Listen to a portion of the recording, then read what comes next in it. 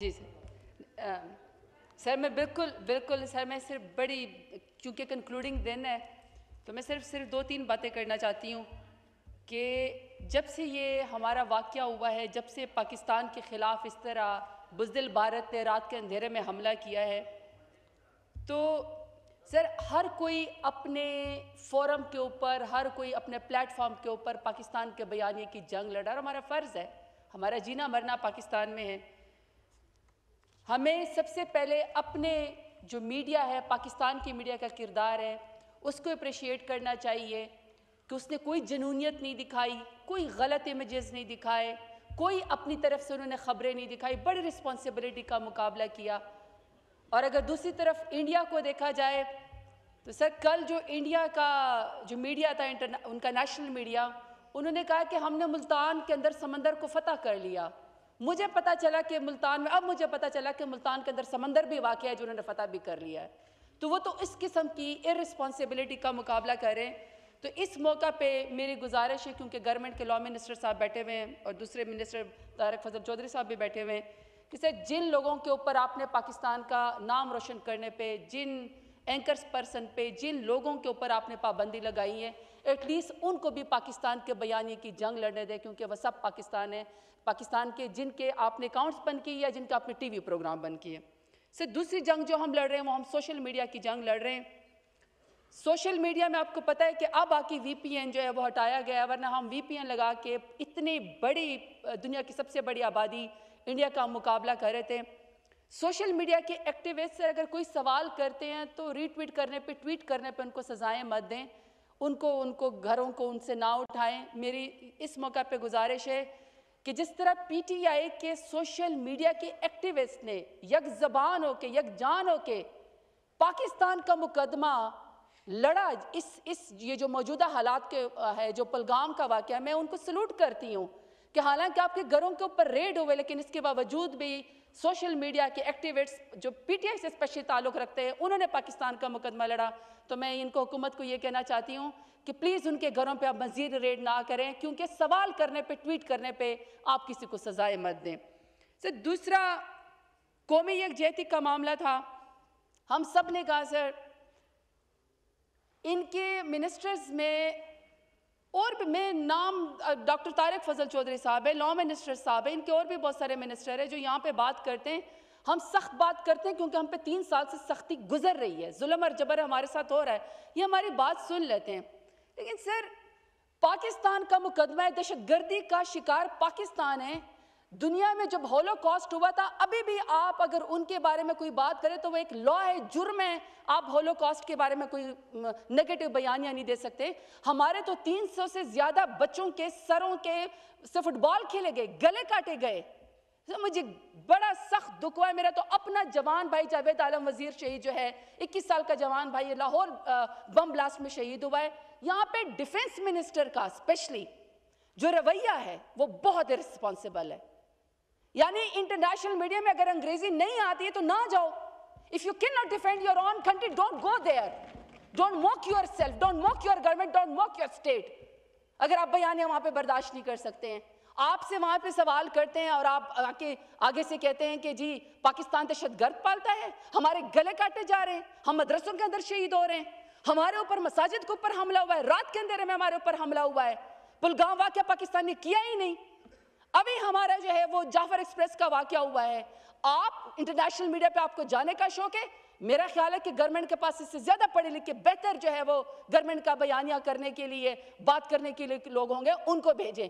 ये इस तरह की शहदा की बेहुरमती ना करवाए कि यूनाइटेड नेशंस में, कि यूनाइटेड नेशंस के अंदर और उनके मीडिया के अंदर वो आपके डिफेंस मिनिस्टर का बयान चलाएं।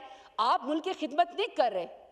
आप जो है जो मोदी का जो या जो आपका जो हमसाया मुल्क है जो आपके खिलाफ दहशतगर्दी करता है, आप उसके बयाने को तकवीत दे रहे हैं, आप पाकिस्तान की खिदमत नहीं करें।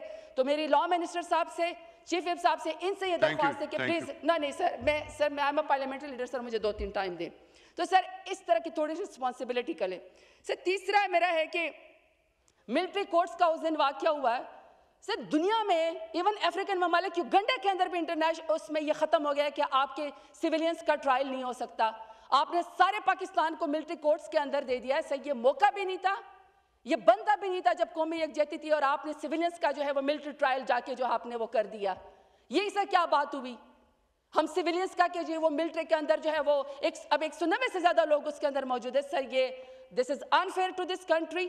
किसी भी सिविलियन का मिलिट्री ट्रायल नहीं होना चाहिए, और सर ये मौका भी नहीं था। सर दूसरा, कल अडियाला जेल के बाहर एक इलेक्टेड सीएम के पीके वहां पे गए, आपने सर उसको मिलने दिया। क्या ये कौमी यकजहती का आप वो देना चाहते हैं कि आप एक इलेक्टेड सीएम को एक पुलिस वाले ने, आम पुलिस वाले ने अपने लीडर से मिलने नहीं देते?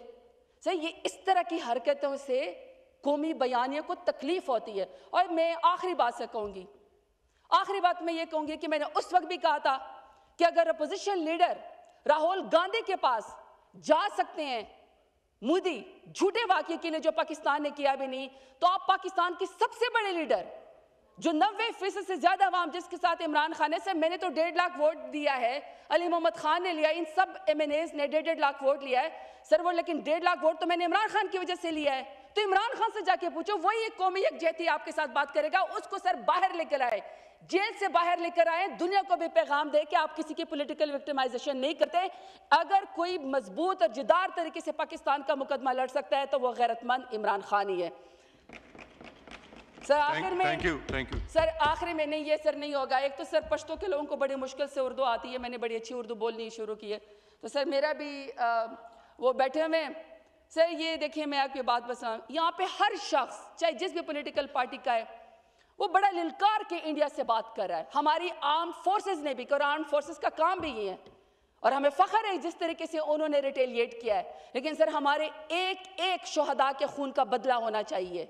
कौम इंतजार कर रही है, हमें उसका बदला इसलिए चाहिए कि सर देखिए रात के अंधेरे में हमारे ऊपर हमला हुआ है, तो सर एक तो तमाम मुस्लिम ममालिक में, तमाम ममालिक में सर हमारे फॉरेन मिनिस्टर को अपने डेलीगेट्स भेजने चाहिए। ये नहीं हो सकता कि सर यहाँ पे आप टेलीफोन पर उनसे बात करें। सर कौमी यकजहती के लिए, मुल्क के लिए आप तमाम दुनिया को इंडिया का मकरू, मोदी का मकरू चेहरा दिखाएं। तो सर ऐसे मौका पे मैं समझती हूँ कि ये कंक्लूडिंग डे तो नहीं है, लेकिन अगर आप कंक्लूड करना चाहते हैं, क्योंकि हर रोज़ जंग का खतरा है पाकिस्तान के लिए, मैं ये समझती हूँ कि यहाँ पे वज़ीर आज़म साहब तशरीफ़ लाएँ। जिस तरह मेरे लीडर इमरान खान ने बात की थी, वो भी बात की थी। नवाज शरीफ क्यों चुप है, मरियम नवाज क्यों चुप है, शहबाज शरीफ मोदी का नाम क्यों नहीं ले रहे? तो सर उसमें मैं सिर्फ एक कोई सर एक शेर पढ़ना चाहती हूँ कि कोई अमल तो ऐसा भी कर जाना चाहिए, दुश्मन तुम्हारे खौफ से डर जाना चाहिए, बातों से जंग का न कभी होगा फैसला, दुश्मन की घायों में उतर जाना चाहिए। सर जो कल तक ज़बान दराज थे, क्यों इनकी ज़बान है बंद? क्या मसलियत में हद से गुजर जाना चाहिए? सर पाकिस्तान जिंदाबाद, पाकिस्तान के लिए खड़े हैं। एंड आई होप कि कंक्लूडिंग रिमार्क्स में कोई ऐसी बात नहीं करेंगे, कोई ऐसी बात नहीं करेंगे, क्योंकि सर जितना सर पाकिस्तान तहरीक इंसाफ ने बर्दाश्त किया है, सर जितना पाकिस्तान तहरीक इंसाफ ने बर्दाश्त किया है, हमसे सर हमें कोई मुहिब्बे वतन होने की, हुब्बुल वतनी की कोई सर्टिफिकेट ना दे। इमरान खान ही इस मुल्क का जामिन है। सर ये आपकी हंसी मजाक से, seriously you have to show some responsibility, and it's pretty diabolical the way you are behaving. आपका डिफेंस मिनिस्टर मौकरी करता है जिस तरीके से सर वो मजाकाना जो है वो ट्रोलिंग करता है, यही आप लोगों का एटीट्यूड है, इस वजह से कौम आपके साथ नहीं खड़ी है।